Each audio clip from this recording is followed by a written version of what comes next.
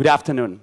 I'm very excited to be back in Sofia. For the first time, I see it during the sun. I always be here during the winter, but that's a different story.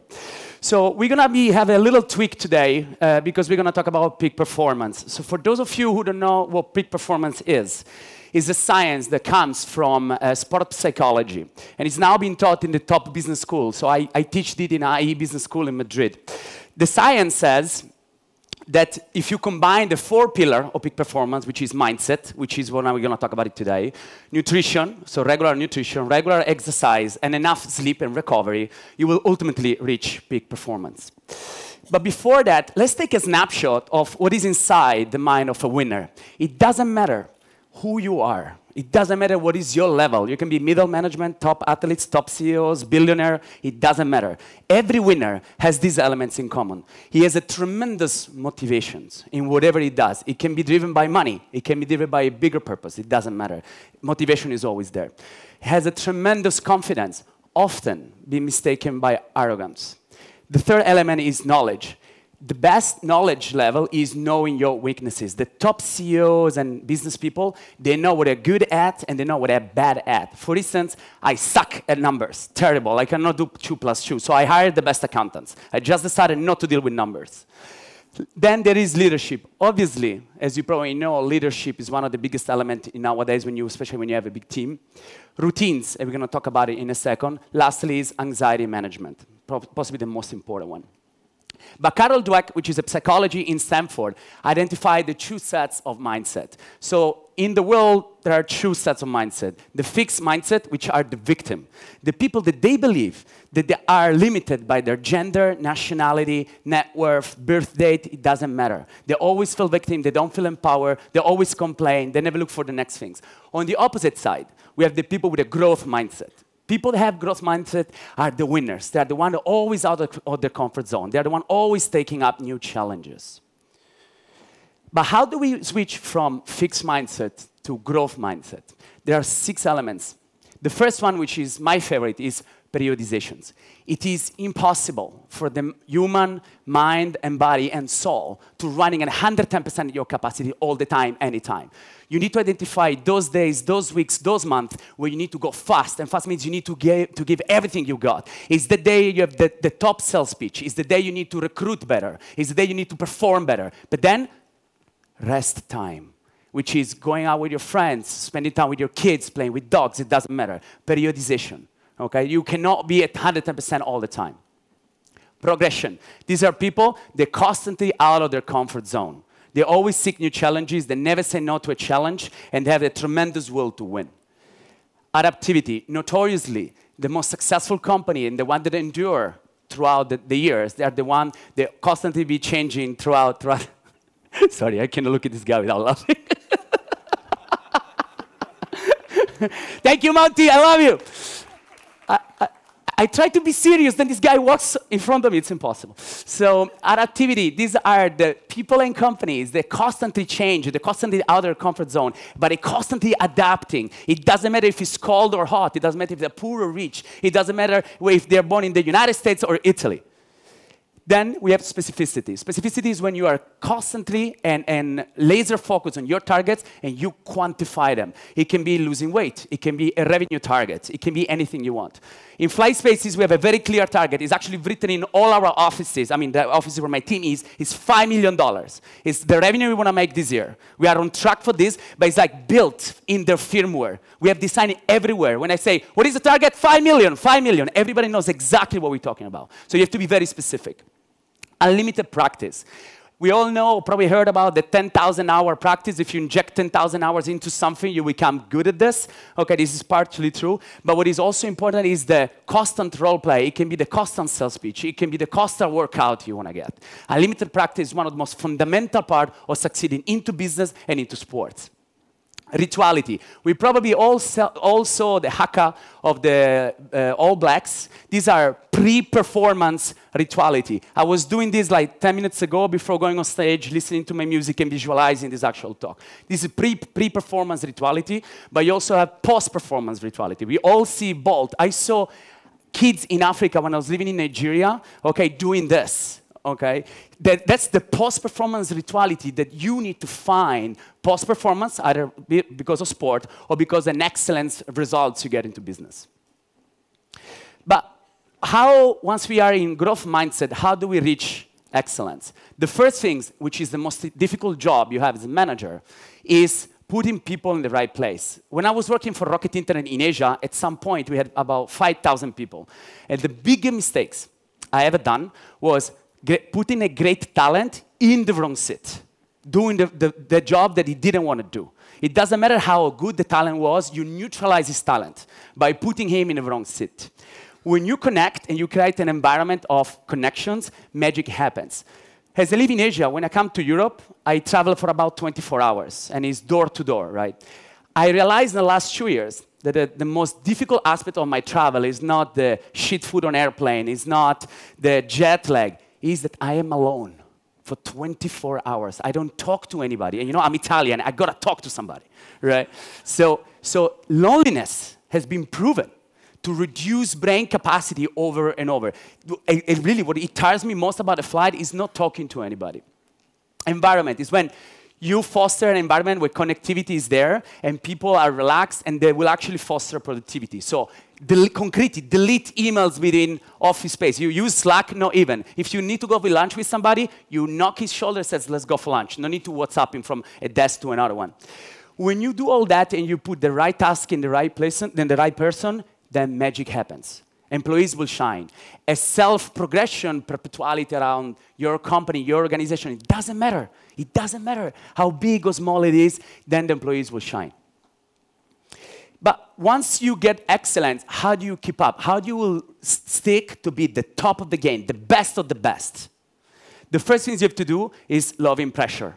Right? Top athletes, top CEOs, and business people, they love pressure. They never say no to a challenge. They are fixated on the long term.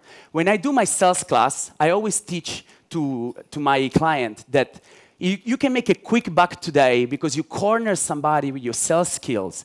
And the reason why you corner him it means that you're good at sales, but you're going to make a quick buck, $1, okay? This person will never call you anymore. You can't build an organization if you're not fixated in the long term, if you don't have the big pictures figured out.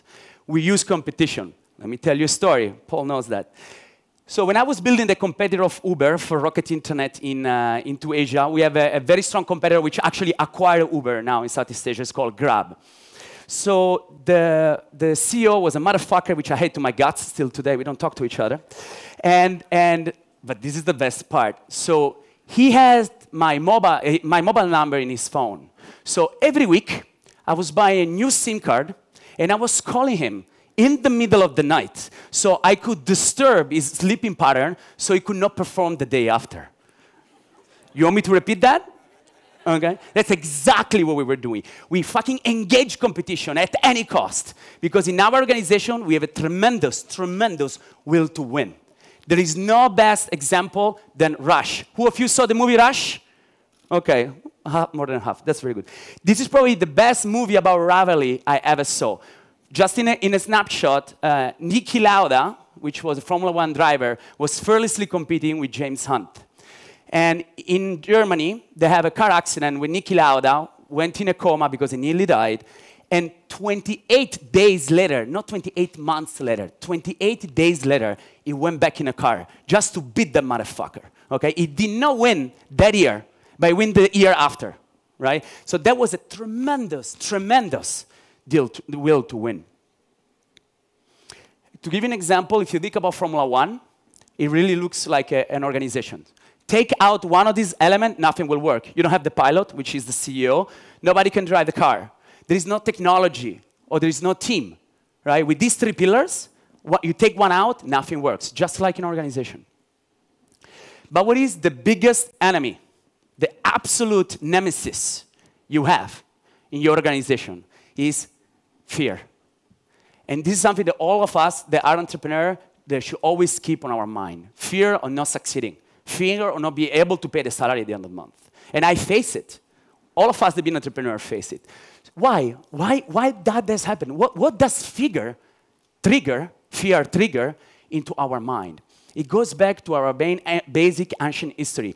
When we were in the jungle and we were hunted by a lion, there were nothing else but escaping, right? So fear triggers survival mode, and when the survival mode is on, you have the urgency to control the situation, but it narrows your view. When you laser focus at escaping because you have a lion behind you trying to kill you, our brain, the only thing they see is the exit, nothing else. So it narrows, and our broader way of thinking, it diminished our critical thinking, our capacity to think creatively and to solve problems at 360 degrees. These are the energy quadrants.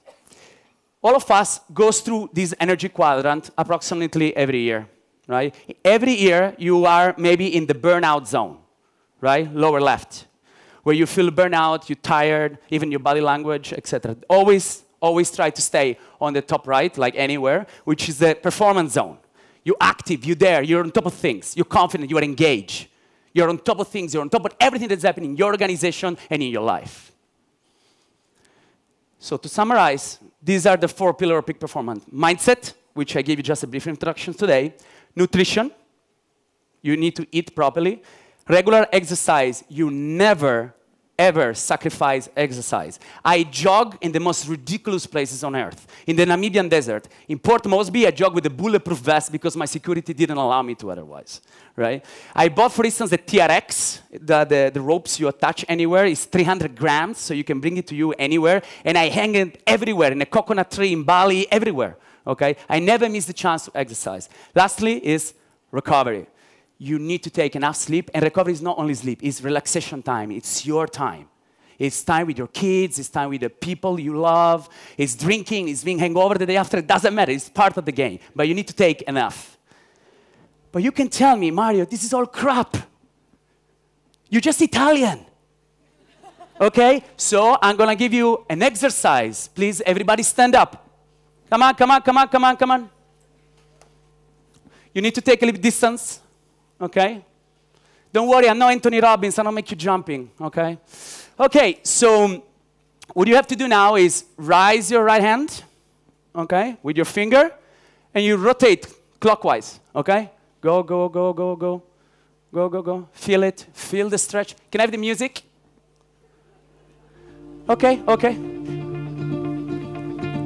Do it one more time, but do it with your feet straight, with your feet straight, your feet straight, feet straight, feet straight. So rotate as much as you can, feet straight, without rotation. Okay, exactly.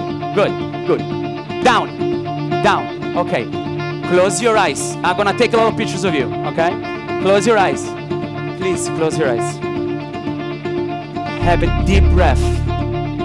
I wanna see your lungs filling up with air. Deep breath. Another one.